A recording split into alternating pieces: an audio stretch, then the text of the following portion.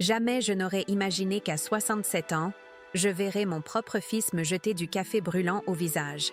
Cette douleur fulgurante, cet instant où le liquide chaud a frappé ma peau, reste gravé dans ma mémoire comme une cicatrice indélébile. Mais ce n'est pas la brûlure physique qui m'a marqué le plus profondément, c'est le regard de mon fils à cet instant précis.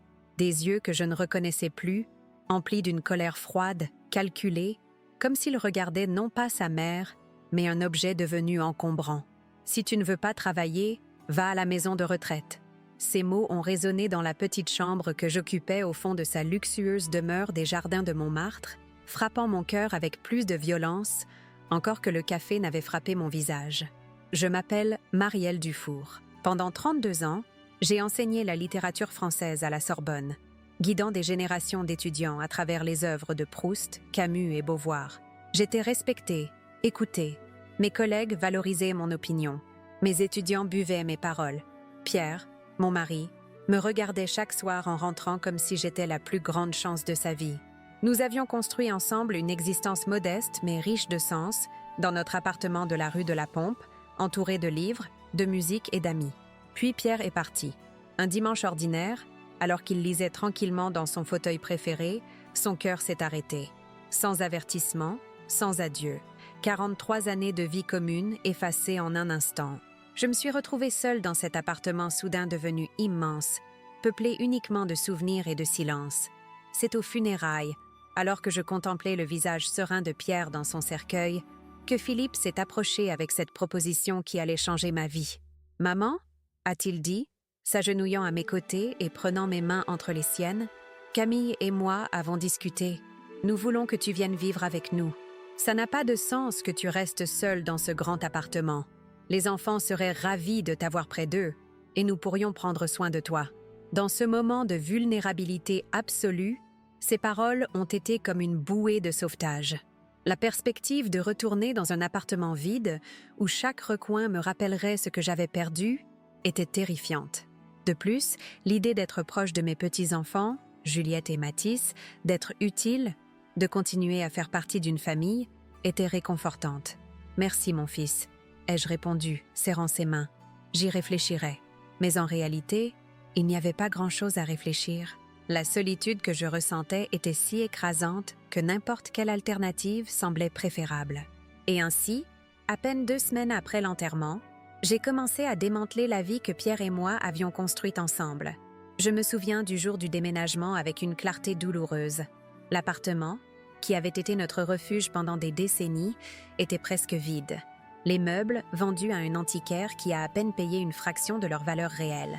Les livres, emballés dans des cartons qui iraient dans une bibliothèque communautaire, à l'exception de quelques-uns particulièrement significatifs que j'emporterais avec moi. Les photographies, soigneusement enveloppées dans du papier de soie, témoignages d'une vie partagée qui semblait maintenant un rêve lointain. En fermant la porte pour la dernière fois, j'ai senti un nœud dans la gorge. Je ne quittais pas seulement un appartement, je fermais un chapitre entier de ma vie. Mais je me suis consolée en pensant que j'en commençais un nouveau, entourée de la famille que Pierre et moi avions créée ensemble. Je suis arrivée chez Philippe et Camille avec 2 grandes valises, tout ce qui restait de mes possessions matérielles. Leur maison au jardin de Montmartre était impressionnante. 3 étages, 5 chambres, un jardin méticuleusement entretenu, des meubles modernes qui semblaient sortis d'un magazine de décoration. Si différente du foyer accueillant mais modeste que Pierre et moi avions construit. « Bienvenue dans ta nouvelle maison, maman », a dit Philippe, m'embrassant tandis que le chauffeur de taxi déchargeait mes valises. « Tu seras bien mieux ici. » Camille m'a accueillie avec une étreinte légère, presque imperceptible, et un sourire qui n'atteignait pas ses yeux. « Madame Dufour, j'espère que vous vous sentirez à l'aise. Nous avons préparé la chambre d'amis pour vous. » La chambre était au rez-de-chaussée, au fond de la maison, loin des espaces principaux. Elle était petite, mais fonctionnelle, avec un lit simple, une armoire encastrée et une fenêtre donnant sur le jardin arrière. Il n'y avait pas de place pour un bureau ou un fauteuil de lecture, mais je me suis dit que cela n'avait pas d'importance. Je passerai la plupart de mon temps avec mes petits-enfants, dans les espaces communs de la maison. « C'est parfait », ai-je menti, essayant de paraître reconnaissante. « Merci de m'accueillir. Les premiers jours ont été aimables. Mes petits-enfants, Juliette et Mathis, étaient ravis de m'avoir près d'eux. Juliette, avec ses 12 ans et une intelligence qui me rappelait son père à cet âge, me bombardait de questions sur ma vie d'enseignante, sur les livres que j'avais lus, sur comment était le monde dans l'ancien temps. « Grand-mère, est-ce vrai qu'avant il n'y avait pas d'Internet ?» demandait-elle avec de grands yeux. « Comment cherchiez-vous des informations pour l'école ?» Mathis, à 8 ans, était pure énergie et curiosité. Il adorait mes histoires sur Pierre, dont il se souvenait à peine, et sur l'enfance de son père. « Raconte-moi encore comment papa s'est perdu dans le parc quand il avait mon âge » demandait-il encore et encore, riant des frasques de son père comme si c'était les siennes. Naturellement, j'ai assumé certaines responsabilités domestiques. Je me levais tôt, préparais le petit déjeuner pour tous, m'assurant que chacun ait ses préférences. Œufs brouillés pour Philippe, yaourt avec granola pour Camille, crêpes pour les enfants. Puis, j'aidais à préparer les déjeuners scolaires, repassais les chemises de Philippe, arrosais les plantes. Après que tous étaient en partie, je nettoyais la maison, préparais le dîner et attendais avec impatience le retour des enfants de l'école. Ces moments seuls avec eux, avant que leurs parents ne reviennent du travail, étaient les plus heureux de ma journée. J'aidais Juliette avec ses devoirs de français et de littérature, jouais à des jeux de société avec Mathis, leur préparais des goûters spéciaux qui les faisaient sourire. « Grand-mère, tes biscuits sont les meilleurs du monde », déclarait Mathis, des miettes autour de la bouche et une expression de bonheur absolu. Cependant, au fil des semaines, j'ai commencé à remarquer des changements subtils. Camille a commencé à suggérer des modifications à mes routines et responsabilités. « Madame Dufour » a-t-elle dit un jour pendant que je préparais le dîner, « j'apprécie votre effort, mais je pense que nous allons commencer à commander plus de nourriture à emporter pendant la semaine.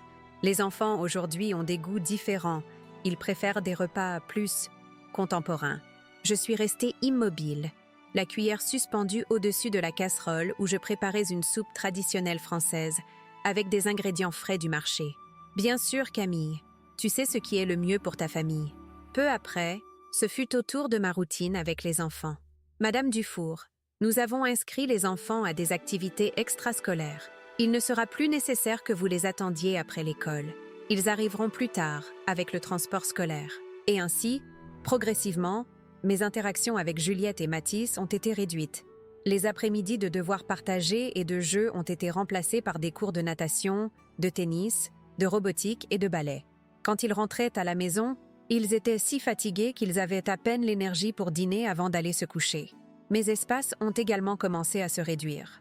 Ma petite chambre, déjà modeste, a commencé à se remplir de boîtes et d'objets qui n'avaient pas d'autre place dans la maison. « Ce sera seulement temporaire, Madame Dufour », a assuré Camille en empilant 3 boîtes de plus dans le coin que j'avais destiné à un petit hôtel avec la photo de Pierre. Nous réorganisons le grenier. Ce « temporaire » est devenu permanent. Ma chambre s'est transformée en un dépôt avec un lit. Les quelques photographies que j'avais placées dans le salon, une de mon mariage avec Pierre, une autre de Philippe quand il était bébé, une récente avec mes petits-enfants, ont disparu pendant une rénovation de la décoration. La décoratrice a dit que nous avions besoin d'un style plus minimaliste, a expliqué Camille quand j'ai demandé où elles étaient.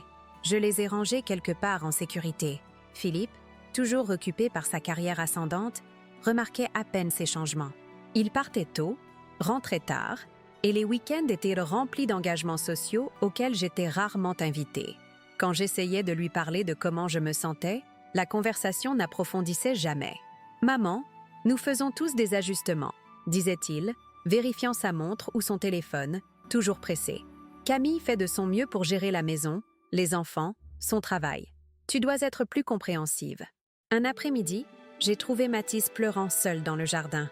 Il avait été grondé par Camille pour m'avoir montré son bulletin scolaire avant elle. « Maman a dit que je te dérange trop, grand-mère », a-t-il sangloté, essuyant ses larmes avec le dos de ses mains. « Que tu as besoin de repos. » Je l'ai serré fort, sentant mon cœur se serrer. « Tu ne me déranges jamais, mon amour. Jamais. Grand-mère aime ta compagnie plus que tout au monde. » Mais la graine du doute avait déjà été plantée. Dans les semaines qui ont suivi, j'ai remarqué comment il hésitait avant d'entrer dans ma chambre, comment il demandait permission avec ses yeux avant de me raconter sa journée à l'école. Les douleurs physiques ont empiré. Un médecin du centre de santé, que j'ai visité seul, prenant 3 bus pour y arriver parce que je ne voulais pas déranger en demandant qu'on m'y emmène, a diagnostiqué une arthrite avancée aggravé par l'excès d'efforts physiques. Il a recommandé du repos, de la physiothérapie, des médicaments plus forts. « Avez-vous quelqu'un qui puisse vous aider à la maison ?» a-t-il demandé, avec une préoccupation sincère. J'ai menti, dit que oui, que ma famille était très attentionnée. Je ne pouvais pas admettre, même à moi-même, la réalité de ma situation. La nuit précédant l'incident du café fut particulièrement difficile. Les douleurs dans mes jambes étaient si intenses que je pouvais à peine dormir. Je me sentais fiévreuse, avec un malaise qui allait au-delà du physique. J'ai pris les analgésiques que le médecin m'avait prescrits, mais ils semblaient sans effet. J'ai passé des heures à regarder le plafond dans l'obscurité, écoutant les sons de la maison, pensant à Pierre, aux années que nous avons partagées, à comment aurait été vieillir ensemble, nous soutenant mutuellement. J'ai décidé, à un moment de cette aube interminable, que juste pour un matin, je me permettrais de me reposer. Juste un jour sans me lever à l'aube pour préparer le petit déjeuner, sans repasser les uniformes, sans organiser les déjeuners, sûrement la famille comprendrait. Après tout, j'étais humaine aussi. Je vieillissais. Mon corps avait des limites que je ne pouvais plus ignorer. Quand finalement l'aube a filtré un peu de lumière à travers ma fenêtre, j'ai allumé le petit téléviseur que j'avais dans ma chambre. Le journal matinal parlait d'événements lointains qui semblaient n'avoir aucun rapport avec mon petit monde de douleur et de silence. Mais c'était une compagnie, des voix humaines qui remplissaient l'espace, qui me rappelaient qu'il y avait un monde au-delà de ces 4 murs. Il était presque 7 heures quand j'ai entendu les pas de Philippe dans le couloir. Des pas lourds, irrités, qui se dirigeaient droit vers ma chambre. La porte s'est ouverte brusquement, sans aucun coup préalable. L'intimité était un luxe que j'avais perdu depuis longtemps. Et c'est là qu'il se tenait. Mon fils, déjà habillé pour le travail, les sourcils froncés, les yeux brillants d'irritation. « Maman, où est le petit déjeuner? Les enfants vont être en retard à l'école. Camille est déjà partie en pensant que tu avais tout préparé. » J'ai essayé de me redresser, ignorant la douleur aiguë qui a remonté ma colonne vertébrale. « Mon fils, je suis désolée. J'ai beaucoup de douleurs dans les jambes aujourd'hui. Le médecin du centre de santé a recommandé que je me repose. J'ai pensé que juste pour aujourd'hui, je n'ai pas pu terminer ma phrase. J'ai vu le visage de Philippe se transformer, comme si un masque était tombé. Ses yeux, qui m'avaient toujours semblé si semblables à ceux de Pierre, brillaient maintenant d'une colère que je n'avais jamais vue auparavant. « Médecin? Quel médecin? Tu es sorti sans prévenir personne? Et depuis quand as-tu des problèmes de santé que je ne connais pas? » L'incrédulité dans ma voix fut instantanée. « Philippe, j'ai essayé de parler de mes douleurs pendant des mois. La semaine dernière, j'ai mentionné pendant le dîner que « Tu es venu dans cette maison pour aider, pas pour créer des problèmes. » m'a-t-il interrompu, sa voix chargée d'un mépris qui m'a glacée. « Tu crois que nous sommes dans un hôtel? Que tu peux rester là couché à regarder la télévision pendant que nous courons tous ?» Je n'ai pas pu répondre. Le choc face à ces paroles m'avait volé la parole. J'ai remarqué qu'il tenait une tasse de café, probablement la seule qu'il avait réussi à se préparer avant de venir me chercher. Le liquide sombre oscillait dangereusement avec ses gestes brusques. « Mon fils, j'ai juste besoin de me reposer aujourd'hui. Demain, j'irai mieux et... » Tout s'est passé si vite que, pendant un instant, mon cerveau n'a pas pu l'assimiler. Philippe, dans un geste qui semblait se dérouler au ralenti, a jeté le contenu de la tasse dans ma direction. J'ai senti le café chaud frapper mon visage, glisser le long de mon cou, imbiber mon pyjama préféré, celui en coton bleu clair que Pierre m'avait offert lors de notre dernier Noël ensemble.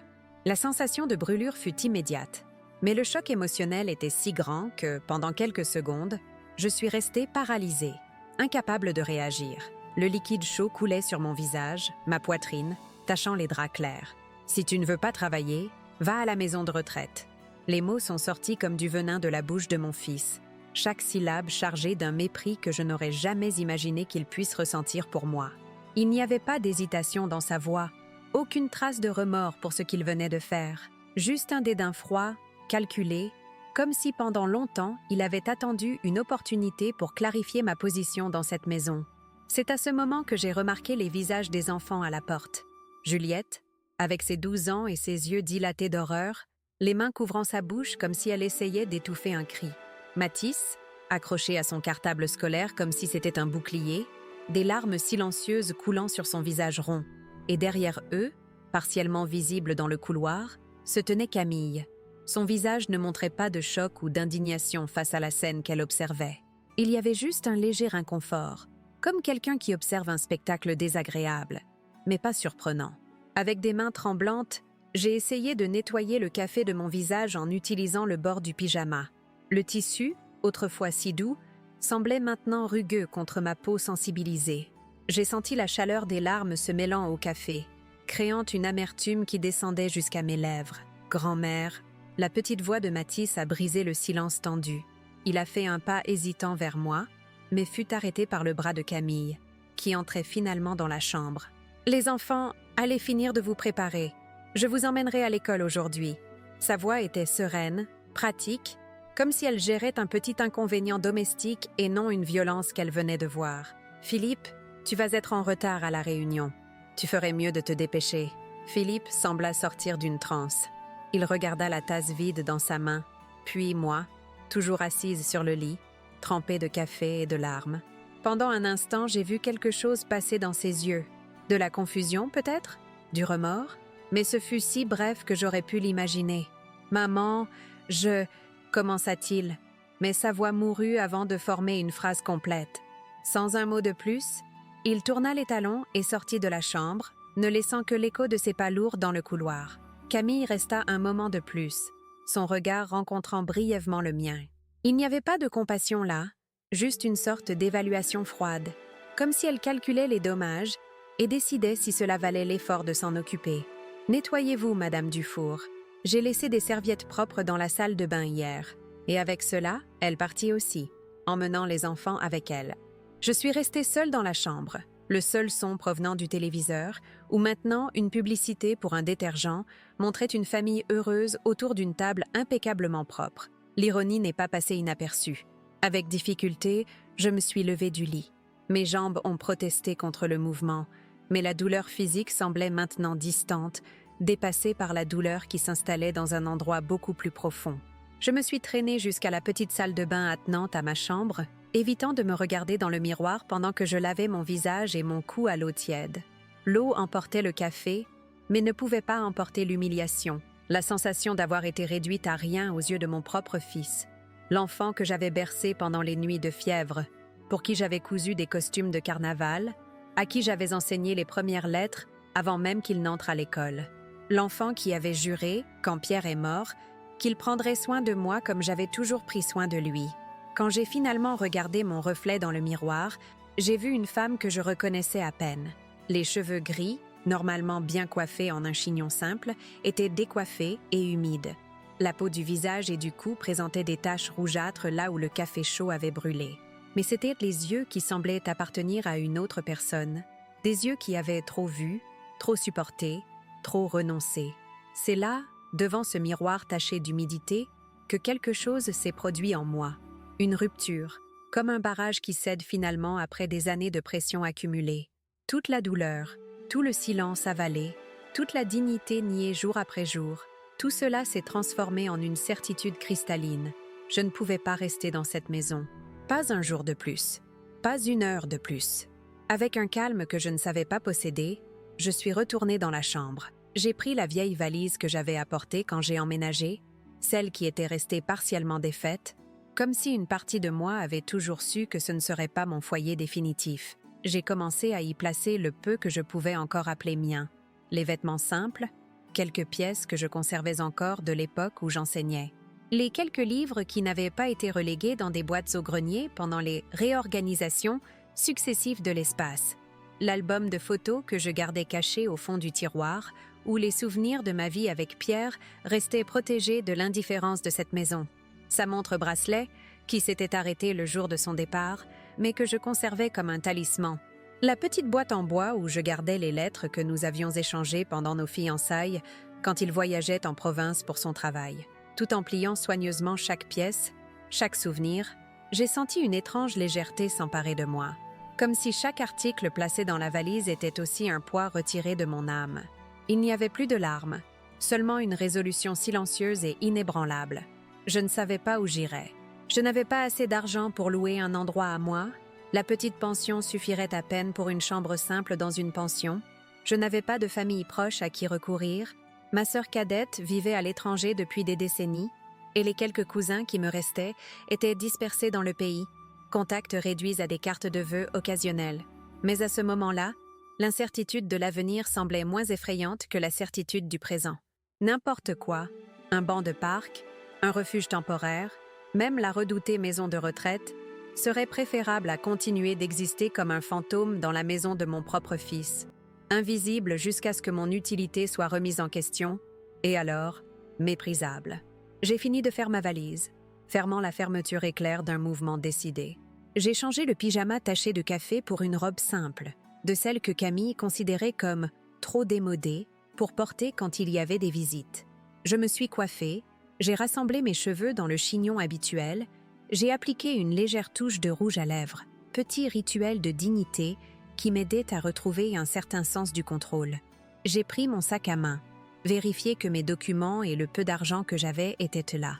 J'ai regardé une dernière fois la chambre que, pendant près de 3 ans, j'avais essayé de transformer en foyer. Les murs nus, les boîtes empilées, le petit téléviseur maintenant silencieux, rien de tout cela ne gardait aucune trace véritable de mon existence. C'était comme si je n'avais jamais vraiment habité cet espace, comme si j'avais seulement occupé temporairement un coin qui ne m'appartenait pas. J'ai traîné ma valise dans le couloir, chaque pas étant une petite victoire sur la douleur dans mes jambes et le poids de l'humiliation. La maison était silencieuse, vide. Camille avait emmené les enfants à l'école. Philippe était probablement déjà au travail, donnant des ordres avec la même autorité avec laquelle il m'avait congédié. En arrivant au salon, une vague de souvenirs a tenté de m'assaillir. Il y avait le canapé où, dans les premiers mois, je m'asseyais avec les enfants pour leur raconter des histoires. La table où, occasionnellement, tout le monde se réunissait pour un dîner de famille. L'étagère d'où mes photographies avaient été retirées pour faire place à des objets décoratifs sans âme, choisis pour s'harmoniser avec la palette de couleurs de la décoratrice. J'ai résisté à l'envie de regarder en arrière en marchant vers la porte principale. Il n'y avait rien là qui méritait un adieu sentimental. Cette maison n'avait jamais été la mienne, et maintenant je comprenais qu'elle ne le serait jamais. J'ai ouvert la porte, et l'air du matin m'a frappé comme une caresse inattendue. Le soleil brillait avec une intensité qui semblait ironique, étant donné l'obscurité des derniers événements. La rue tranquille du quartier des Jardins de Montmartre s'étendait devant moi, les jardins bien entretenus des maisons voisines, les voitures de luxe garées dans les garages, un décor de prospérité qui cachait, comme je le savais maintenant, ses propres misères silencieuses. Je n'avais pas planifié ce que je ferais ensuite. Où irais-je avec une valise, peu d'argent et des jambes douloureuses? Quel serait le premier pas dans ce voyage inattendu de libération? L'incertitude aurait dû être terrifiante, mais étrangement, je me sentais plus calme que depuis longtemps. C'est à ce moment que j'ai entendu le son d'un klaxon. Une voiture noire, pas très neuve mais bien entretenue, s'est garée près du trottoir, juste devant le portail de la maison. Pendant un instant, j'ai pensé que ce pourrait être Philippe qui revenait, peut-être repentant de ce qu'il avait fait, ou Camille, revenant après avoir déposé les enfants. Mais quand la vitre du conducteur s'est baissée, elle a révélé un visage que je n'avais pas vu depuis de nombreuses années. Un visage marqué par le temps, encadré par des cheveux complètement blancs, mais avec des yeux qui brillaient encore avec la même gentillesse qui m'avait captivé des décennies auparavant, quand nous n'étions que de jeunes étudiants de la même faculté. « Madame Colette m'a appelée. Je suis venue aussi vite que j'ai pu », a dit Léon, son regard évaluant la valise à mes côtés, les marques rougeâtres encore visibles sur mon cou. Elle a tout vu depuis la fenêtre de sa maison. Elle était inquiète. Je suis restée sans voix pendant un moment. Madame Colette était la voisine âgée qui vivait dans la maison d'à côté, une dame réservée avec qui je n'échangeais que des salutations polies occasionnellement. Je n'avais jamais imaginé qu'elle observait, qu'elle avait été témoin de mon humiliation à travers les fenêtres. « Léon, je ne sais pas quoi dire. » ai-je balbutié, soudainement consciente de mon apparence, de la situation exposée aux yeux de quelqu'un que je connaissais d'une vie antérieure, d'un temps où j'étais encore respectée, encore quelqu'un. Il est sorti de la voiture, s'est approché d'un pas tranquille et a pris ma valise sans poser de questions. Ses mouvements étaient doux, respectueux, comme s'il comprenait la fragilité du moment sans avoir besoin d'explications. « Tu n'as pas besoin de dire quoi que ce soit maintenant, Marielle. D'abord sortons d'ici. » Sa voix était basse, ferme, réconfortante. Madame Colette a offert sa maison pour que tu y restes le temps dont tu as besoin. Elle a une chambre d'amis qu'elle utilise rarement. J'ai regardé une dernière fois la maison que, pendant près de 3 ans, j'avais essayé d'appeler foyer. Il n'y avait pas de nostalgie, seulement une certitude croissante que ce que je laissais derrière moi n'était pas un refuge, mais une prison que j'avais moi-même aidé à construire avec mon silence, mon acceptation, mon besoin désespéré de continuer à être utile, de continuer à être aimée. « Je suis prête », ai-je dit, surprise par la fermeté de ma propre voix. Léon a ouvert la porte du passager pour moi, un geste simple de courtoisie que je n'avais pas expérimenté depuis longtemps. Alors que je m'installais sur le siège, j'ai remarqué que les douleurs dans mes jambes, bien que toujours présentes, semblaient moins importantes maintenant. Comme si mon corps comprenait que nous nous déplacions finalement dans la bonne direction, nous éloignant de la source d'une douleur beaucoup plus profonde. La voiture a commencé à s'éloigner lentement.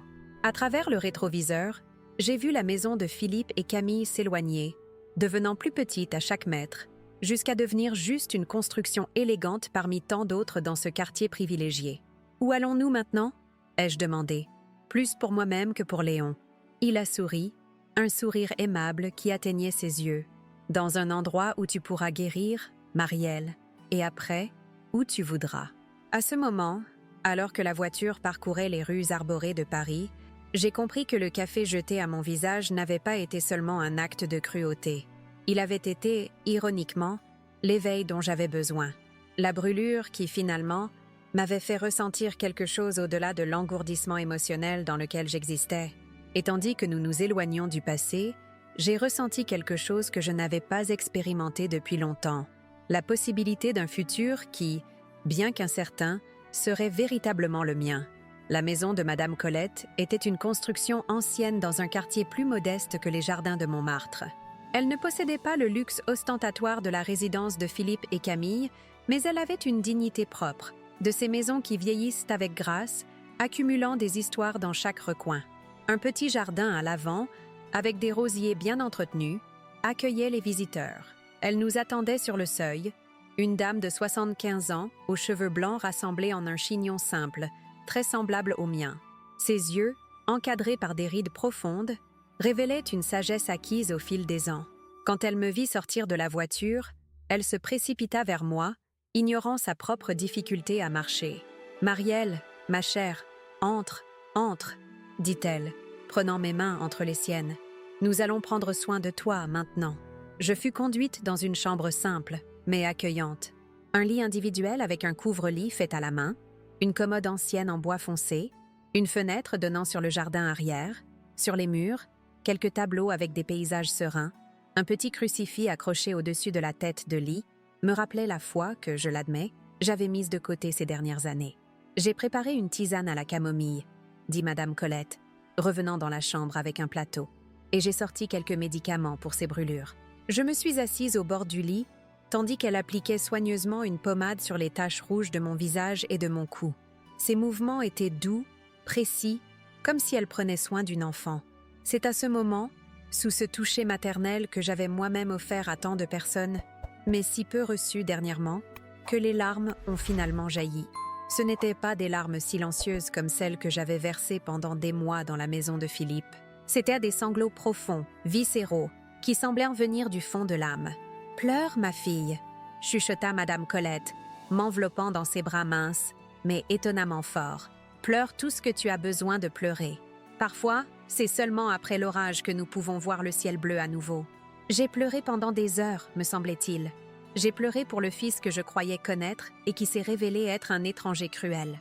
J'ai pleuré pour les petits-enfants que je ne verrai peut-être jamais grandir.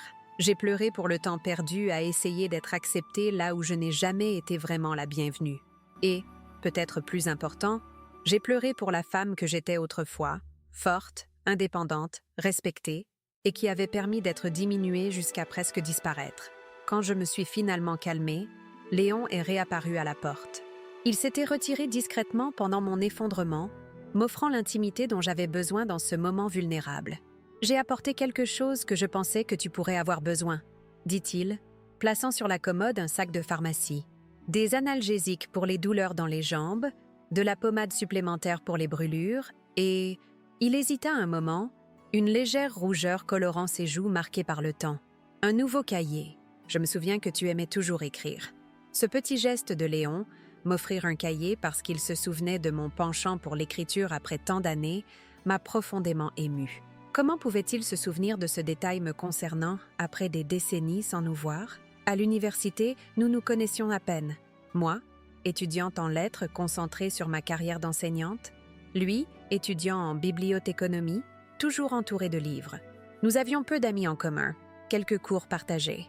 Et pourtant, il se souvenait que j'avais l'habitude de porter un carnet pour noter des pensées, des poèmes, des réflexions. Merci, ai-je réussi à dire, la voix encore rauque de pleurs. Pour tout cela, pour être ici. Il a simplement hoché la tête, avec un sourire doux sur les lèvres. Repose-toi maintenant. Nous pourrons parler davantage demain. Les jours suivants se sont écoulés dans une sorte de brouillard. Je dormais beaucoup, le corps répondant finalement à l'épuisement accumulé d'années de service constant et de nuits mal dormies. Quand j'étais éveillée, je m'asseyais sur la petite terrasse arrière de la maison de Madame Colette, observant les oiseaux dans le jardin ou feuilletant quelques-unes des vieilles revues qu'elle gardait sur une étagère dans le couloir. Le 4e jour, Léon est revenu me rendre visite. Je me trouvais sur la terrasse, essayant de compléter un mot croisé d'un magazine, quand je l'ai vu arriver par le jardin, portant un dossier en cuir sous le bras. « Bonjour, Marielle », me salua-t-il, s'asseyant sur la chaise vide à côté de moi. « Comment te sens-tu aujourd'hui? Les douleurs se sont-elles améliorées? »« Un peu », répondis-je, remarquant qu'effectivement, les jambes me faisaient moins mal. Peut-être était-ce le repos? Ou peut-être l'absence du stress constant d'essayer d'être à la fois invisible et indispensable. « Qu'est-ce qui t'amène ici si tôt ?» Il ajusta ses lunettes sur son nez, un geste que je reconnus comme un signe de nervosité. « J'ai une proposition à te faire, ou plutôt, une suggestion. » Il ouvrit le dossier et en sortit quelques papiers. J'ai réfléchi à ce qui s'est passé, et quelque chose ne me semble pas correct dans la façon dont ton fils gère tes biens. Je fronçai les sourcils, confuse. « Mes biens ? Je n'ai pas de biens, Léon. J'ai vendu presque tout quand j'ai déménagé chez Philippe. Le peu d'argent que j'avais, je l'ai laissé sur un compte qu'il administrait pour moi, pour les urgences. »« Exactement, » dit-il, me tendant quelques relevés bancaires. Je me suis permis de consulter un ami qui est avocat, avec ta permission, bien sûr, et il a soulevé quelques questions préoccupantes. J'ai regardé les papiers sans vraiment les comprendre. Des chiffres, des dates, des montants, tout semblait confus. Que suis-je en train de regarder ici? Ta pension, Marielle, les dépôts mensuels du fonds de retraite des enseignants, et aussi ce qui est resté de la vente de tes biens quand tu as déménagé.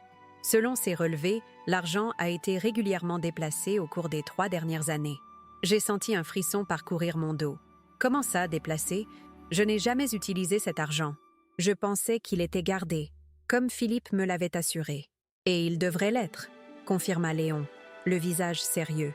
Mais il y a eu des retraits réguliers, des transferts vers un compte d'entreprise qui, par coïncidence, appartient à l'une des sociétés de ton fils. La révélation est tombée sur moi comme un seau d'eau froide. Philippe ne m'avait pas seulement réduite à une servante dans sa maison, mais il s'appropriait aussi le peu que j'avais, l'argent de la vente de l'appartement où j'avais vécu avec Pierre, les meubles qui portaient les souvenirs de toute une vie, la petite pension pour laquelle j'avais travaillé pendant des décennies comme enseignante. Tout cela était utilisé par lui. « Ce n'est pas possible, » murmurai-je, plus pour moi-même que pour Léon. Il ne me ferait pas ça. Mais même en prononçant ces mots, quelque chose en moi savait que c'était parfaitement possible, voire probable.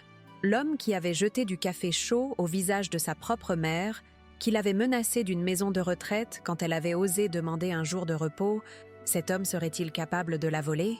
Mon ami avocat pense que nous avons un solide dossier d'appropriation indue, poursuivit Léon. Surtout parce que tu n'as jamais formellement autorisé ces transferts. Et il y a plus, Marielle. Il sortit un autre document du dossier. C'était un acte de propriété. J'ai immédiatement reconnu l'adresse. Le petit appartement de la rue de la Pompe, où j'avais vécu avec Pierre pendant près de 4 décennies. Tu as dit que tu avais vendu l'appartement avant de déménager, dit Léon. Mais selon les registres officiels, le bien est toujours à ton nom. Il n'y a jamais eu de transfert de propriété. J'ai senti que ma tête tournait. Mais comment? Philippe s'est occupé de tout. Il a dit qu'il avait trouvé un acheteur, que le prix était juste compte tenu des conditions du marché. Il m'a apporté des papiers à signer, des papiers qui, apparemment, n'étaient pas ceux de la vente de l'appartement, compléta Léon. Ma théorie est qu'il s'agissait de procuration, lui donnant de larges pouvoirs pour administrer tes biens. Avec cela, Il pourrait louer l'appartement et recevoir les valeurs à ton insu. Le sentiment de trahison était si profond qu'il semblait physique, comme si quelque chose dans ma poitrine était en train d'être déchiré. Le fils que j'avais élevé, que j'avais aimé inconditionnellement, que j'avais toujours mis à la première place, ce même fils m'avait trompé de façon si calculée? Pourquoi? Demandai-je, la voix brisée. Pourquoi ferait-il cela? Philippe a toujours tout eu. Nous lui avons donné la meilleure éducation que nous pouvions nous permettre, nous avons soutenu sa carrière, il a un bon travail, une belle maison. C'est peut-être exactement ça, répondit doucement Léon. Cette maison au jardin de Montmartre, les voitures de luxe, les voyages internationaux. Je me suis demandé si tout cela est vraiment compatible avec le salaire d'un cadre, même un cadre réussi. Peut-être y a-t-il plus dans cette histoire que ce que nous pouvons voir maintenant. Je suis restée silencieuse, essayant d'assimiler toutes ces informations. C'était trop à traiter d'un seul coup. Mon fils n'était pas seulement cruel et ingrat, mais aussi un voleur, quelqu'un qui n'a pas hésité à profiter de sa propre mère. Que faisons-nous maintenant? Demandai-je finalement, me sentant complètement perdue. Cela dépend de toi, Marielle, dit Léon, plaçant doucement sa main sur la mienne. Nous pouvons aller à la police, déposer une plainte formelle, ou nous pouvons aborder Philippe directement, le confronter avec ce que nous avons découvert, ou même, il hésita, visiblement mal à l'aise avec ce qu'il était sur le point de suggérer, ou même, insistai-je, ou nous pouvons enquêter plus en profondeur avant de prendre une décision, compléta-t-il. J'ai un ami, Gabriel, qui est détective privé, retraité de la police, mais qui maintient encore des contacts. Il pourrait nous aider à mieux comprendre ce qui se passe avec les affaires de ton fils. L'idée d'enquêter secrètement sur Philippe m'a causé une douleur au cœur. Malgré tout ce qui s'était passé, une partie de moi continuait à le voir comme l'enfant qui courait dans mes bras quand il tombait au parc, qui me montrait fièrement ses dessins de l'école, qui pleurait sur mon épaule quand il a reçu sa première déception amoureuse. Mais une autre partie de moi, celle qui brûlait encore des brûlures du café et de l'humiliation, voulait des réponses. J'avais besoin de comprendre jusqu'où allait cette trahison. Et, plus important, j'avais besoin de récupérer ce qui était à moi de droit. Non seulement les biens matériels, mais ma dignité, ma place dans le monde. Enquêtons, décidai-je finalement. Je veux connaître la vérité, aussi douloureuse soit-elle. Léon acquiesça, serrant légèrement ma main en signe de soutien. Je contacterai Gabriel aujourd'hui même. Et ne t'inquiète pas pour les coûts. Considère cela comme un investissement dans la justice. Dans les jours qui suivirent, pendant que Gabriel menait son enquête discrète, j'ai progressivement retrouvé mes forces. Les douleurs dans les jambes diminuaient chaque jour, grâce aux médicaments appropriés et au repos que Madame Colette insistait pour que je maintienne. Les marques des brûlures sur le visage et le cou commençaient à disparaître, bien que je soupçonnais que certaines laisseraient des cicatrices permanentes, tant sur la peau que dans l'âme. J'ai commencé à utiliser le cahier que Léon m'avait offert, d'abord juste pour organiser des pensées éparses, puis pour enregistrer des souvenirs de ma vie avant que tout ne s'effondre. Des souvenirs de Pierre, de notre jeunesse ensemble, des premières années de Philippe, si pleines d'espoir et d'amour. C'était comme coudre des morceaux d'une couverture qui avait été mise en pièces, essayant de récupérer le dessin original. Une semaine après le début de l'enquête, Léon réapparut, cette fois accompagné de Gabriel, un homme d'âge moyen aux yeux perspicaces qui semblait remarquer chaque détail autour de lui. « Madame Marielle » me salua-t-il respectueusement. « J'ai quelques informations que je pense que vous voudrez entendre. » Nous nous sommes assis dans le salon de Madame Colette, qui s'est discrètement retirée pour nous donner de l'intimité, non sans laisser auparavant un plateau avec du café, ironie qui n'est pas passée inaperçue, et des biscuits faits maison. « Votre fils est impliqué dans des activités douteuses depuis au moins 5 ans, commença Gabriel, ouvrant un dossier similaire à celui que Léon avait apporté des jours auparavant. Son entreprise, officiellement un cabinet de conseil financier, sert de façade à un système de blanchiment d'argent assez sophistiqué. J'ai senti l'air s'échapper de mes poumons. Blanchiment d'argent? Philippe? Gabriel hocha gravement la tête. J'ai réussi à accéder à certains registres bancaires et communications. Il reçoit de grosses sommes d'hommes d'affaires qui veulent nettoyer de l'argent obtenu illégalement. À travers une série de transactions complexes, cet argent est réinséré sur le marché comme s'il provenait de sources légitimes. « Et l'appartement? Ma pension ?» demandai-je, craignant la réponse. « Ce ne sont qu'une petite partie du système », confirma Gabriel. « Votre appartement est loué à une valeur bien au-dessus du marché, probablement dans le cadre d'un accord de blanchiment. Et votre pension? Eh bien, elle gonflait simplement la caisse des opérations de votre fils. Je suis restée silencieuse, essayant d'absorber l'impact de ces révélations. Mon fils n'était pas seulement cruel envers moi, c'était un criminel, quelqu'un qui vivait en marge de la loi, qui avait construit sa prospérité apparente sur des mensonges et des fraudes. Il y a autre chose, ajouta Gabriel, hésitant. Au cours de mon enquête, j'ai trouvé des preuves que votre fils prévoit une grande opération dans les prochains jours. Un transfert substantiel vers des comptes à l'étranger, se préparant peut-être à quitter le pays avant que les autorités ne découvrent le système. Il fuirait? Demandai-je incrédule. Et Camille? Les enfants? D'après ce que j'ai pu observer, votre belle-fille est au courant de tout. Elle partirait probablement avec lui. Quant aux enfants, Gabriel fit une pause, visiblement mal à l'aise. C'est difficile à dire, madame. Une vague de nausée m'a envahi. Juliette et Mathis, mes petits-enfants innocents, impliqués dans ce réseau de mensonges et de crimes, peut-être arrachés à l'école, aux amis, emmenés dans un pays lointain où ils grandiraient, sous l'ombre des actions de leur père? Que pouvons-nous faire? Demandai-je, la voix tremblante d'émotion. Ce fut Léon qui répondit, posant une main réconfortante sur mon épaule. Nous avons suffisamment de preuves pour les porter aux autorités. Gabriel a des contacts au parquet, des personnes qui traiteraient à l'affaire avec la discrétion nécessaire. Mais tu penses aux enfants? Compléta-t-il, compréhensif, au scandale, à l'impact que cela aurait sur tous. J'acquiesçais silencieusement.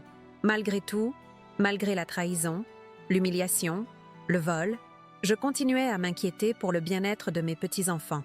Je continuais à me soucier de ce qui arriverait à Philippe, bien qu'il ne méritât pas ma considération.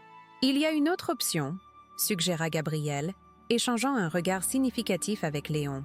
Une approche plus stratégique. Quel genre d'approche? Demandai-je, intriguée. Au lieu d'aller directement aux autorités, nous pourrions utiliser ce que nous savons comme forme de pression. Confronter votre fils avec les preuves, exiger la restitution de ce qui vous appartient de droit et garantir qu'il cesse immédiatement ses activités criminelles. « Est-ce une chance de rédemption ?» demandai-je, sentant une lueur d'espoir s'allumer dans ma poitrine. « Une chance de faire ce qui est juste avant qu'il ne soit trop tard », corrigea doucement Léon. « Pour lui, pour les enfants, et pour toi, Marielle. » Je considérai la proposition pendant quelques instants. Serait-il possible que Philippe, confronté à la vérité, choisisse la voie de la droiture, qu'il abandonne ses systèmes criminels, rende ce qui m'appartenait, peut-être même, j'osais rêver, demande pardon pour la façon dont il m'avait traité? Et s'il refuse? Demandai-je finalement. S'il nous menace, ou nie simplement tout? Alors nous aurons l'option nucléaire, répondit Gabriel, son expression se durcissant. Toutes les preuves que j'ai recueillies seront remises au parquet, à la direction des impôts et à la police judiciaire. Votre fils fera face à de multiples accusations qui résulteront en des décennies de prison.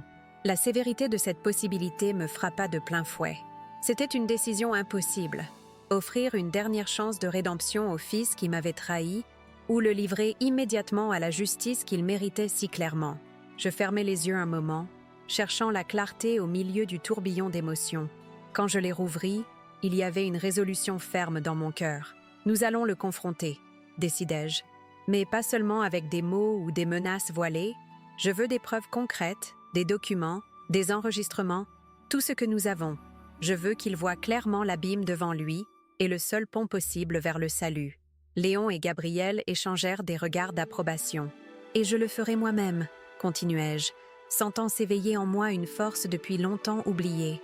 Face à face, les yeux dans les yeux, je veux qu'il voie la mère qu'il a sous-estimée, qu'il a tenté d'effacer, qu'il croyait pouvoir utiliser et jeter comme un objet sans valeur. « Es-tu sûre, Marielle ?» demanda Léon, l'inquiétude évidente dans sa voix. « Cela pourrait être dangereux. Il a déjà démontré qu'il est capable de violence. » Je touchai instinctivement les marques presque invisibles sur mon cou, souvenir du café jeté. J'en suis sûre.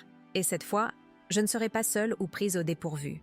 L'occasion parfaite surgit avec le 50e anniversaire de l'entreprise de Philippe. Gabriel avait découvert, grâce à ses contacts, que mon fils prévoyait une grande célébration.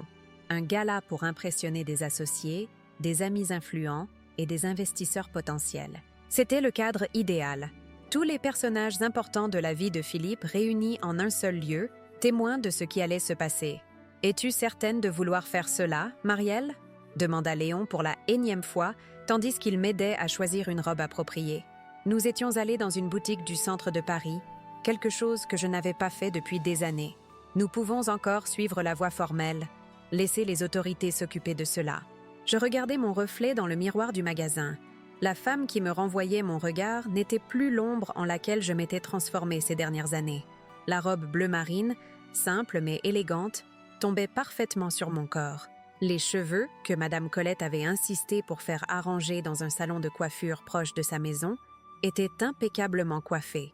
Les marques des brûlures sur le cou avaient presque complètement disparu, couvertes par un maquillage léger, mais efficace. « Je n'ai jamais été aussi sûre de quelque chose dans ma vie, Léon, » répondis-je, redressant les épaules. « Ce n'est pas seulement pour récupérer ce qui est à moi, c'est pour récupérer qui je suis. » Les 3 semaines suivantes furent consacrées à la planification méticuleuse de notre intervention. Gabriel réunit un dossier complet de preuves, comprenant des relevés bancaires, des enregistrements de conversations téléphoniques obtenus légalement grâce à une autorisation judiciaire et des documents saisis lors d'une perquisition discrète dans un bureau satellite de l'entreprise de Philippe. Plus nous creusions, plus les découvertes étaient troublantes. Philippe n'était pas seulement impliqué dans le blanchiment d'argent. Il entretenait des liens avec des organisations criminelles internationales, facilitant le mouvement de fonds illicites à travers plusieurs pays européens.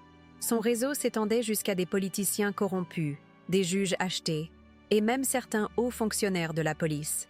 Mais la révélation la plus choquante vint lorsque Gabriel découvrit un ensemble de dossiers médicaux concernant mon défunt mari, des rapports de laboratoire, des ordonnances, des notes du médecin traitant, tous indiquant que la santé de Pierre avait été délibérément sabotée par une administration prolongée de médicaments qui, ensemble, avaient graduellement affaibli son cœur. Les médicaments ont été prescrits sous différents noms, par différents médecins, expliqua Gabriel, la voix grave. Mais ils ont tous été retirés à la même pharmacie, près du bureau de Philippe.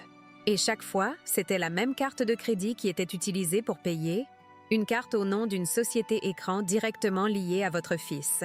Cette découverte me laissa sans voix, pétrifiée par l'horreur. Mon fils n'avait pas seulement volé mon argent, trahi ma confiance, il avait orchestré la mort de son propre père, l'homme qui l'avait élevé avec tant d'amour, qui avait travaillé des heures supplémentaires pour financer ses études dans les meilleures écoles, qui était si fier de chacune de ses réussites. Est-ce certain? Balbutiai-je finalement, les mains tremblantes sur les documents que Gabriel m'avait remis. Les preuves sont circonstancielles, admit-il, mais suffisamment solides pour justifier une enquête criminelle approfondie. Le schéma est trop cohérent pour être une coïncidence. Cette nuit-là, je ne dormis pas. Assise à la fenêtre de ma chambre chez Madame Colette, je regardais les lumières de Paris scintiller au loin, me demandant comment j'avais pu être si aveugle.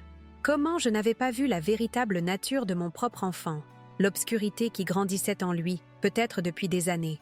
Mais au milieu de cette douleur insupportable, une résolution froide prenait forme. Ce n'était plus seulement une question de récupérer ce qui m'appartenait. C'était devenu une mission pour rendre justice, à Pierre, à moi-même, et peut-être même à Philippe, dont l'âme semblait s'être perdue dans un labyrinthe d'avidité et de pouvoir. À l'aube, je savais exactement ce que je devais faire.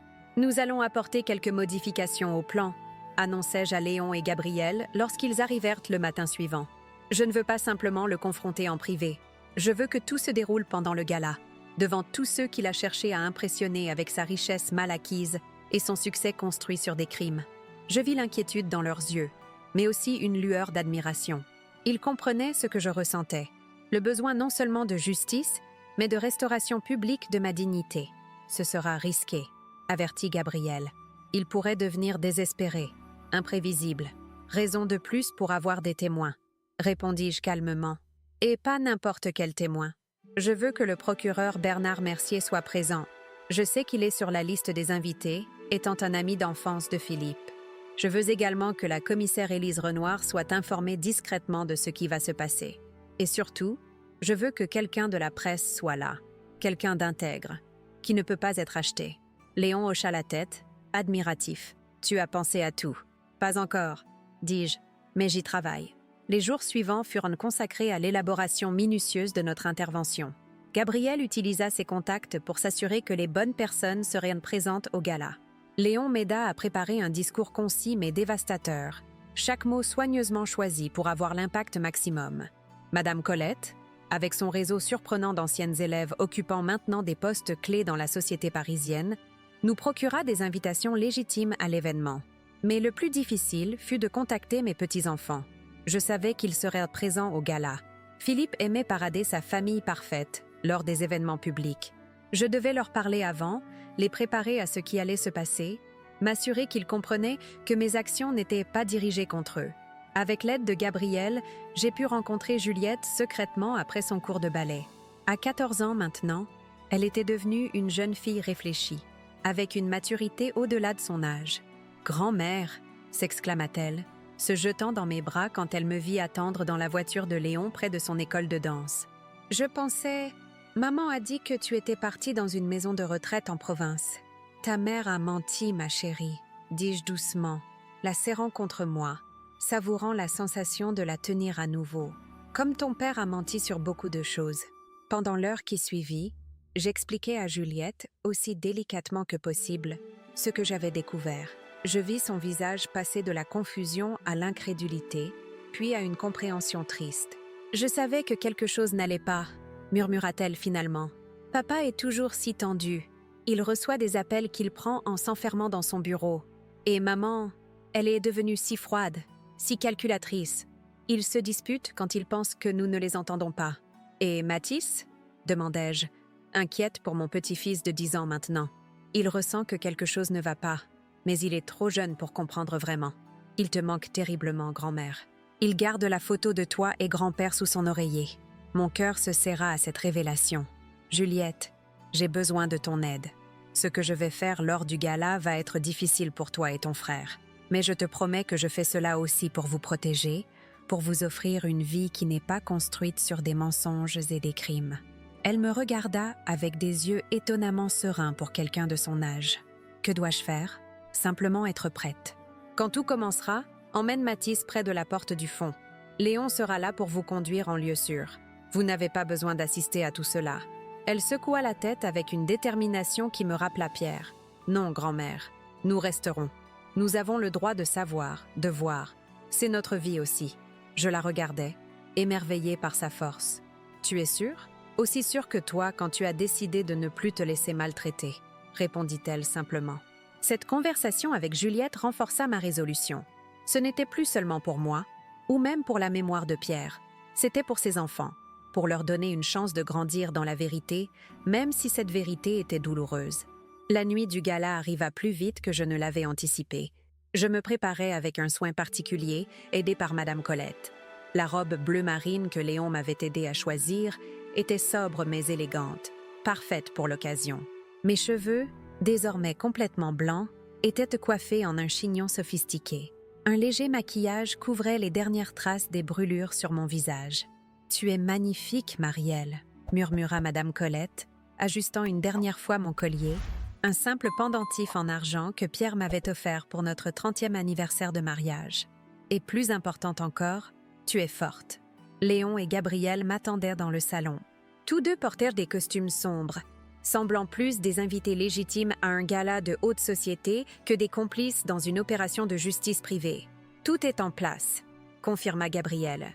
Le procureur Mercier a été discrètement informé qu'il pourrait y avoir un incident ce soir. La commissaire Renoir a positionné des agents en civil autour du bâtiment. Et Clémence Vidal de la Liberté sera présente, son dictaphone prêt. « Et nos contingences ?»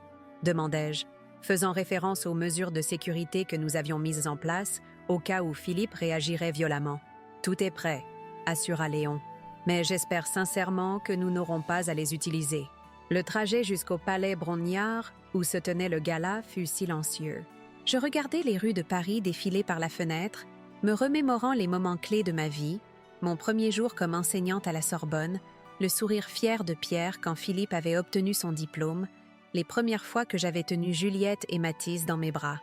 Tant de joie, tant d'amour, et tout cela menant à cette nuit, à cette confrontation que je n'aurais jamais imaginée. Nous arrivâmes au palais Brongniart un peu après 20h30. L'édifice néoclassique, ancienne bourse de Paris, était magnifiquement illuminé pour l'occasion. Des voitures de luxe s'alignaient devant l'entrée, déposant l'élite parisienne en tenue de soirée. Je sentis une bouffée d'anxiété monter en moi, mais je la repoussai fermement.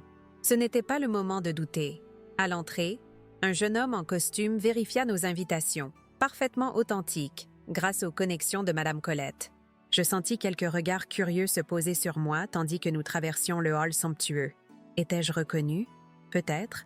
Après tout, j'avais été présente à quelques événements sociaux lorsque Philippe avait commencé à grimper les échelons de sa carrière, avant que je ne sois reléguée à l'invisibilité domestique. Le grand salon où se tenait la réception était une mer de lumière douce, de tenues élégantes et de conversations animées. Un petit orchestre jouait discrètement dans un coin. Des serveurs en uniforme circulaient avec des plateaux de champagne et d'amuse-bouches raffinés. Et là, au centre d'un groupe de personnes visiblement impressionnées, se tenait Philippe, mon fils, l'homme qui m'avait trahi de toutes les façons possibles. Il était rayonnant dans son smoking sur mesure, un verre de champagne à la main, riant à une plaisanterie que quelqu'un venait de faire. À ses côtés, Camille, resplendissante dans une robe rouge qui devait coûter plus que ce que j'avais gagné en 1 an comme professeur. Et un peu plus loin, près d'une table de rafraîchissement, mes petits-enfants, Juliette, étonnamment mature dans une robe bleu pâle, et Mathis, mal à l'aise dans son costume de petit homme. Juliette fut la première à me voir. Ses yeux s'écarquillèrent, et je vis sa main serrer brièvement celle de son frère. Elle me fit un signe de tête presque imperceptible. Notre plan était en marche. Je pris une profonde inspiration, sentant le poids du dossier que Gabriel m'avait remis. Il contenait toutes les preuves, tous les documents qui allèrent changer le cours de cette soirée, de nos vies. « Es-tu prête ?» murmura Léon à mes côtés. « Je l'ai été toute ma vie », répondis-je, et je m'avançai vers le centre de la salle, vers mon fils, vers la vérité qui ne pouvait plus attendre. Je traversai la salle avec une détermination tranquille, consciente des regards qui commençaient à se tourner vers moi. Je n'étais plus invisible. Chaque pas me rapprochait de Philippe, qui ne m'avait pas encore remarqué, trop occupé à charmer son auditoire avec une anecdote visiblement hilarante. Ce fut Camille qui me vit en premier. Son rire s'étrangla dans sa gorge, son visage se figeant dans une expression de stupeur mêlée d'horreur. Elle toucha légèrement le bras de Philippe, lui murmurant quelque chose à l'oreille. Il se tourna lentement, et nos regards se croisèrent à travers la salle. Je vis défiler sur son visage une succession rapide d'émotions. Surprise, confusion, irritation, et finalement, une froide maîtrise.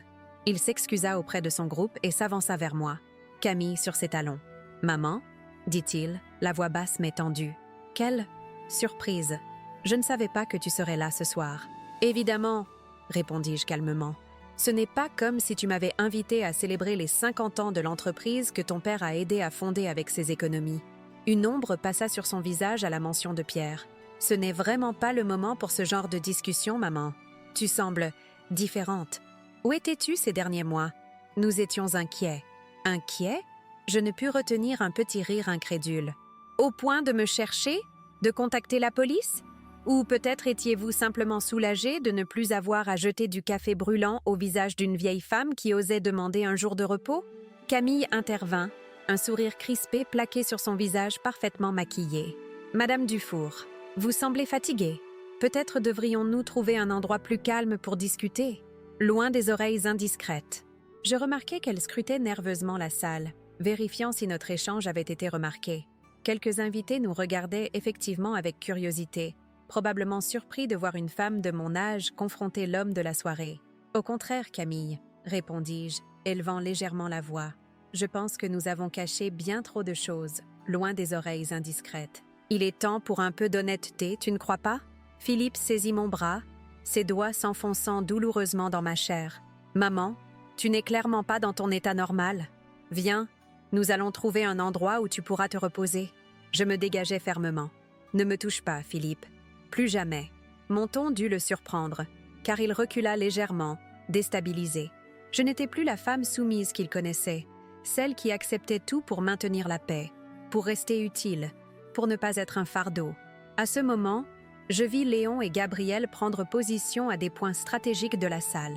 Du coin de l'œil, j'aperçus également le procureur Mercier, dont Gabriel m'avait montré une photo, s'approcher discrètement, attiré par notre échange tendu. Tout se mettait en place. « Mesdames et messieurs, dis-je d'une voix forte et claire qui résonna dans la salle, attirant l'attention de tous. L'orchestre s'interrompit, surpris par cette interruption imprévue. Je vous prie de m'excuser pour cette intrusion dans votre soirée. Philippe tenta de m'interrompre, mais je poursuivis, imperturbable. Je suis Marielle Dufour, mère de Philippe Dufour, votre hôte ce soir. Beaucoup d'entre vous me connaissent peut-être, d'autres non. J'ai enseigné la littérature à la Sorbonne pendant 32 ans avant ma retraite. J'ai été l'épouse de Pierre Dufour pendant 43 ans, jusqu'à sa mort il y a 4 ans. Je marquai une pause, laissant mes mots imprégner l'atmosphère maintenant silencieuse. Les invités étaient suspendus à mes lèvres, fascinés par cette interruption inattendue dans leur soirée mondaine. Après la mort de mon mari, mon fils m'a généreusement invité à vivre dans sa maison. Du moins, c'est ce que je croyais être de la générosité à l'époque. Philippe s'avança, le visage rouge de colère contenue. « Maman, ce n'est ni le moment ni l'endroit. Au contraire, mon fils, l'interrompis-je. C'est exactement le moment et l'endroit. Devant tous ces gens que tu as cherché à impressionner avec ta richesse et ton succès. Parce qu'ils méritent de savoir sur quoi tout cela est bâti. » Je sortis du dossier que j'avais apporté une première série de documents. Des relevés bancaires, des contrats, des transferts d'argent. Voyez-vous, quand je suis allée vivre chez mon fils, j'ai vendu presque tout ce que je possédais. Notre appartement de la rue de la Pompe, les meubles, les souvenirs d'une vie avec Pierre, l'argent de cette vente, ainsi que ma modeste pension d'enseignante, a été gérée par Philippe. Je fixai mon fils directement dans les yeux. Sauf que l'appartement n'a jamais été vendu, n'est-ce pas, Philippe? Tu m'as fait signer des procurations, pas des actes de vente. Tu as loué notre appartement à un prix bien au-dessus du marché d'ailleurs, et tu as empoché l'argent. De même, tu as détourné chaque centime de ma pension vers tes comptes offshore. Des murmures choqués parcoururent l'assemblée. Je vis certains invités échanger des regards embarrassés. D'autres semblaient incrédules. « Ce sont des accusations graves, Madame Dufour », intervint une voix que je reconnus comme celle du procureur Mercier. « Avez-vous des preuves de ce que vous avancez ?»« Absolument, monsieur le procureur », répondis-je, lui tendant une copie du dossier. « Vous trouverez ici tous les documents pertinents, authentifiés par un notaire. Des relevés bancaires montrant les transferts systématiques, les contrats de location de mon appartement signés par mon fils en tant que mandataire, et bien plus encore. » Philippe devint livide. « C'est ridicule. Ces documents sont probablement falsifiés. Ma mère a toujours été instable émotionnellement depuis la mort de mon père. Elle invente ces histoires pour attirer l'attention. » Je souris tristement. « Instable, Philippe? Est-ce vraiment l'argument que tu veux utiliser? Parce que j'ai également des preuves de la façon dont tu m'as traité dans ta maison. » Je fis signe à Gabriel, qui activa discrètement un projecteur portable. Sur le mur blanc, au fond de la salle, apparut soudain une image. Moi, assise à la table de la cuisine des jardins de Montmartre, le visage marqué par l'épuisement, préparant des légumes tandis que Camille me surveillait, l'expression dédaigneuse. Juliette, ma petite fille, a documenté ma vie quotidienne pendant des mois, expliquai-je à l'assistance médusée. Non pas par malveillance, mais parce qu'elle pressentait que quelque chose n'allait pas, que ce qu'elle voyait n'était pas normal. Les images défilaient, moi nettoyant la maison à genoux malgré mon arthrite évidente, moi dormant sur un lit étroit entouré de cartons de stockage, moi mangeant seule dans ma chambre pendant que la famille dînait dans la salle à manger, et finalement, l'image qui fit haleter l'audience, Philippe me jetant du café au visage, capturé par la caméra cachée que Juliette avait installée après avoir remarqué les premières traces de brûlure sur mon cou. « Voilà comment mon fils traite sa mère vieillissante », dis-je simplement. Mais ce n'est que la partie visible de l'iceberg. Je sortis alors la seconde série de documents, la plus dévastatrice. Ce que j'ai découvert ensuite dépasse l'entendement même pour moi, qui croyais connaître les profondeurs de ta trahison, Philippe. Je me tournai vers l'audience, dont beaucoup semblaient maintenant horrifiés. Mon mari, Pierre Dufour, est mort d'une crise cardiaque il y a 4 ans. Une mort subite, inexplicable pour un homme de son âge qui avait toujours été en bonne santé. Du moins, c'est ce que je croyais. Je tendis au procureur Mercier un second dossier. Ces documents montrent comment mon fils a méthodiquement empoisonné son propre père sur une période de 6 mois, utilisant une combinaison de médicaments qui, pris ensemble, affaiblissent progressivement le cœur. Des médicaments prescrits sous de faux noms mais tous récupérés dans la même pharmacie, tous payés avec la même carte de crédit liée à une société écran appartenant à Philippe. Un silence de mort tomba sur l'assemblée. Philippe semblait figé, comme frappé par la foudre. Camille porta une main à sa bouche, son masque de contrôle se fissurant enfin. « C'est absurde !» cria finalement Philippe, rompant le silence. « C'est un tissu de mensonges. Maman a clairement perdu la raison. Ces documents sont falsifiés, ces vidéos sont manipulées. » Je m'approchai de lui, calme face à sa tempête. « Alors explique-moi, mon fils, pourquoi tu prévoyais de m'interner dans une clinique privée en Suisse la semaine prochaine? Une clinique spécialisée dans le maintien de patients sous sédatifs lourds, rendus incapables de communiquer avec l'extérieur. » Je montrai un document, un contrat avec ladite clinique, portant la signature de Philippe. « Heureusement, Juliette a trouvé ce document dans ton bureau et me l'a fait parvenir avant qu'il ne soit trop tard. » Philippe se tourna vers sa fille, qui se tenait maintenant près de moi avec Mathis, les deux enfants me regardant avec un mélange de tristesse et de détermination. « Juliette, tu as fait ça? Tu as trahi ta propre famille ?» La voix de Philippe tremblait de rage et d'incompréhension. « Non, papa, » répondit-elle avec une maturité qui me fit monter les larmes aux yeux. « J'ai refusé de trahir ma famille. Grand-mère fait partie de notre famille.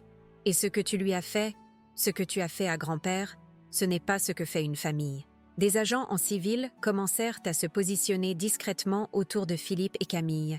Je reconnus la commissaire Renoir, qui s'approcha du procureur Mercier, échangeant quelques mots à voix basse après avoir examiné les documents. « Monsieur Dufour » annonça finalement le procureur. « Compte tenu de la gravité des accusations et des preuves présentées, je me vois contraint de vous demander de nous accompagner pour un interrogatoire formel. » Philippe me regarda, et pour la première fois depuis des années, je vis son masque tomber complètement. Ce n'était plus l'homme d'affaires confiant, le fils ingrat, le criminel calculateur.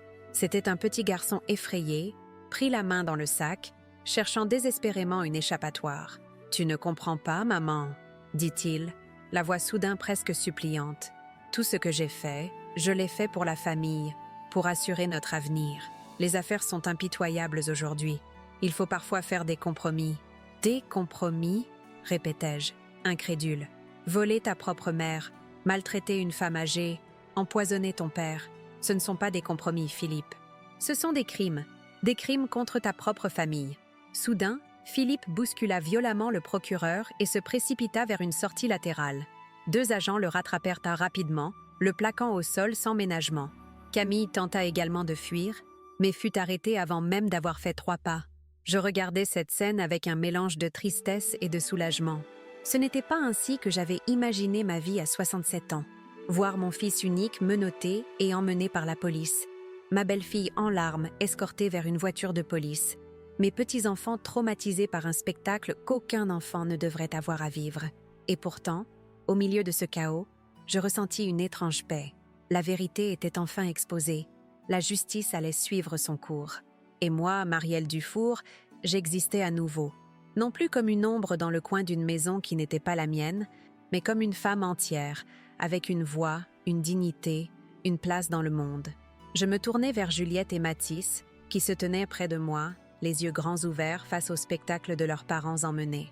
Je m'agenouillai devant eux, ignorant la douleur dans mes articulations. « Je suis désolée que vous ayez dû voir cela, » dis-je doucement. « Mais je vous promets que tout ira bien maintenant. Nous affronterons cela ensemble. » Mathis se jeta dans mes bras, ses petites épaules secouées de sanglots. « Tu ne vas plus partir, grand-mère » demanda-t-il entre 2 hoquets. « Non, mon chéri, » promis-je, caressant ses cheveux. « Je ne partirai plus jamais. » Juliette nous rejoignit dans cette étreinte, formant un petit cercle de réconfort au milieu du chaos de la salle. « Qu'est-ce qui va se passer maintenant ?» demanda-t-elle, toujours pragmatique. « Maintenant, » répondis-je, « nous allons rentrer à la maison. Pas celle des jardins de Montmartre, mais un vrai foyer. L'appartement de la rue de la Pompe, où votre grand-père et moi avons vécu.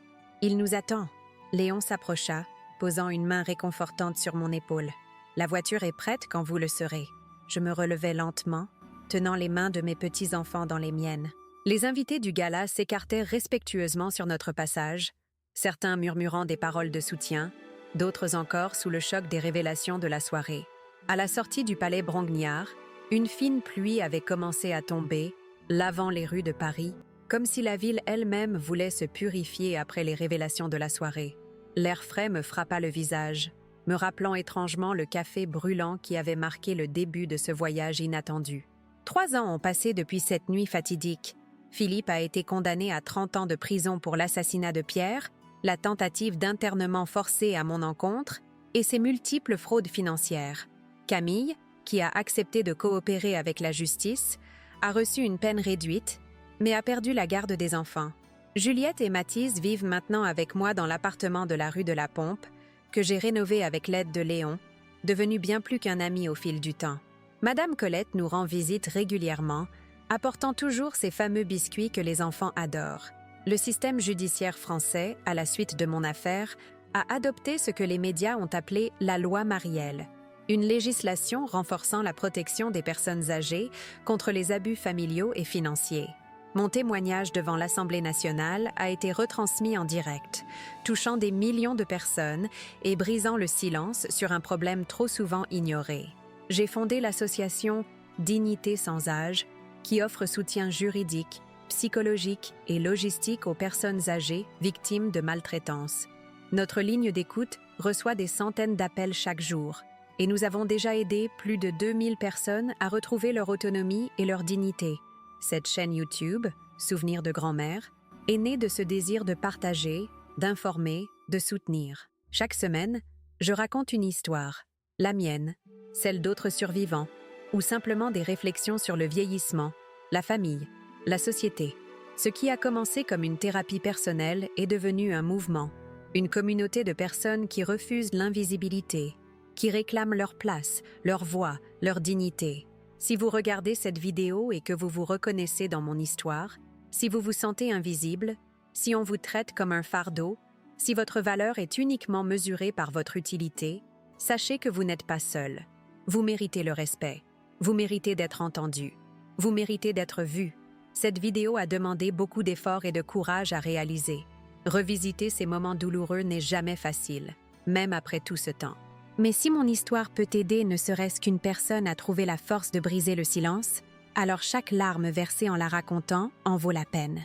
Si vous avez été touché par ce récit, je vous invite à vous abonner à cette chaîne, à laisser un j'aime pour que cette histoire atteigne plus de personnes qui pourraient en avoir besoin.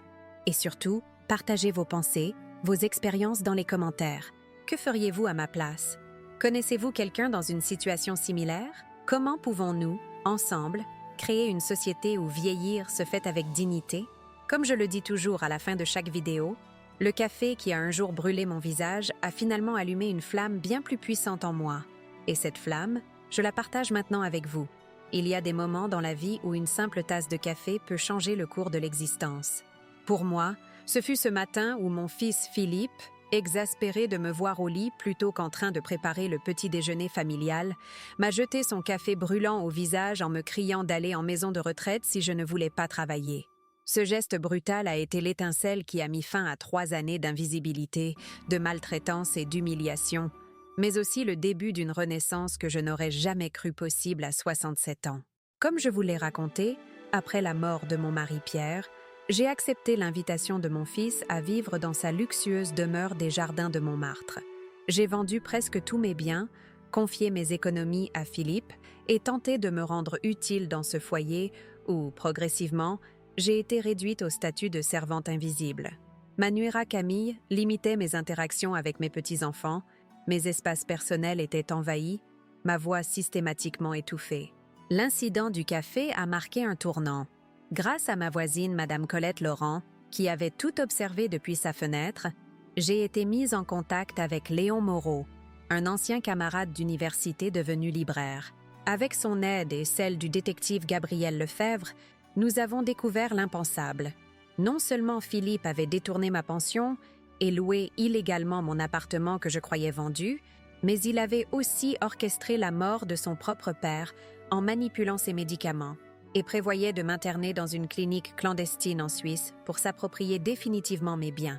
La confrontation lors du gala du 50e anniversaire de son entreprise a été aussi douloureuse que libératrice. Devant l'élite parisienne, j'ai révélé la vérité sur mon fils, preuves à l'appui, avec l'aide inattendue de ma petite-fille Juliette, qui avait secrètement documenté ma vie quotidienne. Philippe et Camille ont été arrêtés, tentant pathétiquement de fuir face aux évidences accablantes présentées au procureur Mercier présent ce soir-là. Aujourd'hui, 3 ans après ces événements, Je regarde en arrière avec un mélange de tristesse et de fierté. Tristesse pour cette famille brisée, pour ce fils que j'ai perdu bien avant son arrestation, pour ces petits-enfants qui ont dû grandir trop vite face à la vérité sur leurs parents, mais aussi fierté pour le chemin parcouru, pour cette dignité retrouvée, pour les milliers de vies que nous avons pu toucher grâce à ce terrible événement transformé en force positive. Mon histoire n'est malheureusement pas unique.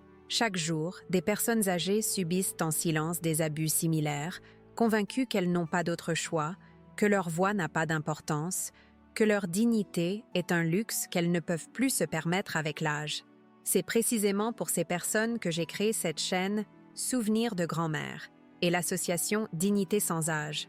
Notre travail quotidien auprès des aînés maltraités m'a appris que la libération commence souvent par la parole. Oser nommer l'inacceptable, refuser la normalisation de l'abus, reconnaître sa propre valeur indépendamment de son utilité, voilà les premiers pas vers la reconquête de sa dignité. Mais ces pas sont impossibles à faire seuls, dans l'isolement que créent si souvent les abuseurs. C'est pourquoi cette communauté que nous avons bâtie ensemble est si précieuse. Chaque témoignage partagé dans les commentaires devient une main tendue vers quelqu'un d'autre. Chaque abonnement renforce notre voix collective. Chaque « j'aime » aide à propager ces histoires qui, bien que douloureuses, sont porteuses d'espoir et de changement. La loi Marielle, adoptée grâce au combat que nous avons mené, a déjà permis de protéger des milliers de personnes âgées contre les abus familiaux et financiers. Nos centres d'accueil offrent désormais un refuge temporaire à ceux qui, comme moi ce jour-là, se retrouvent avec une valise et nulle part où aller. Notre équipe d'avocats bénévoles a récupéré des millions d'euros détournés par des proches malveillants. Mais il reste tant à faire. Chaque jour, notre ligne d'écoute reçoit de nouveaux appels, de nouvelles histoires d'abus qui se déroulent dans le silence des foyers supposément aimants. Chaque jour, nous devons lutter contre les préjugés qui persistent sur la vieillesse, l'infantilisation des aînés, leur exclusion progressive des décisions qui les concernent. C'est un combat de longue haleine, qui exige des ressources considérables. Si vous appréciez le travail que nous faisons sur cette chaîne, si ces témoignages vous touchent, si vous croyez comme moi que la dignité n'a pas d'âge, je vous invite à nous soutenir de plusieurs façons. D'abord, abonnez-vous à Souvenirs de grand-mère si ce n'est pas déjà fait. Cela nous permet d'atteindre plus de personnes et de briser davantage de silence. Laissez un j'aime à cette vidéo pour augmenter sa visibilité auprès de ceux qui pourraient en avoir besoin. Partagez-la avec vos proches, particulièrement ceux qui pourraient se reconnaître dans cette situation ou connaître quelqu'un qui y est confronté. Ensuite, je vous encourage vivement à laisser un commentaire. Racontez votre expérience si vous vous sentez à l'aise de le faire, ou simplement partagez vos réflexions, vos questions, vos suggestions. Ces échanges sont précieux pour créer un véritable dialogue autour de ces sujets souvent tabous. Je lis personnellement chaque commentaire et réponds à autant d'entre eux que possible. Consultez également nos autres vidéos. Nous avons une série spéciale sur les signes avant-coureurs d'abus financiers, des témoignages d'autres survivants, des entretiens avec des experts juridiques et psychologiques. Cette bibliothèque de ressources peut être une bouée de sauvetage pour quelqu'un en difficulté. Enfin, si vos moyens vous le permettent, je vous invite à soutenir notre travail via la fonction « Merci » que vous trouverez sous cette vidéo. Cette forme de don nous permet de couvrir les frais liés à la production de contenu quotidien, au maintien de notre ligne d'écoute nationale et à l'organisation d'ateliers de sensibilisation dans toute la France. Chaque contribution, même modeste, nous aide à accompagner davantage de personnes sur le chemin de la dignité retrouvée. La réalisation de ces vidéos exige un travail considérable, non seulement technique, mais aussi émotionnel. Revivre ces moments douloureux, structurer ces récits pour qu'ils soient à la fois honnêtes et porteurs d'espoir, répondre aux nombreuses sollicitations qui suivent chaque publication, tout cela demande du temps, de l'énergie et des ressources. Votre soutien via la fonction « Merci » nous permet de maintenir ce rythme quotidien et d'améliorer constamment la qualité de nos contenus. En regardant en arrière, je mesure le chemin parcouru depuis ce matin où le café brûlant a coulé sur mon visage. De la douleur est née une détermination que je ne me connaissais pas. De l'humiliation est née une force qui dépasse ma simple personne. De cette histoire individuelle est né un mouvement collectif qui, jour après jour, change la vie de nombreuses personnes âgées à travers le pays. Je n'aurais jamais imaginé qu'à 70 ans, je deviendrais une voix écoutée, une militante, une source d'inspiration pour tant de personnes.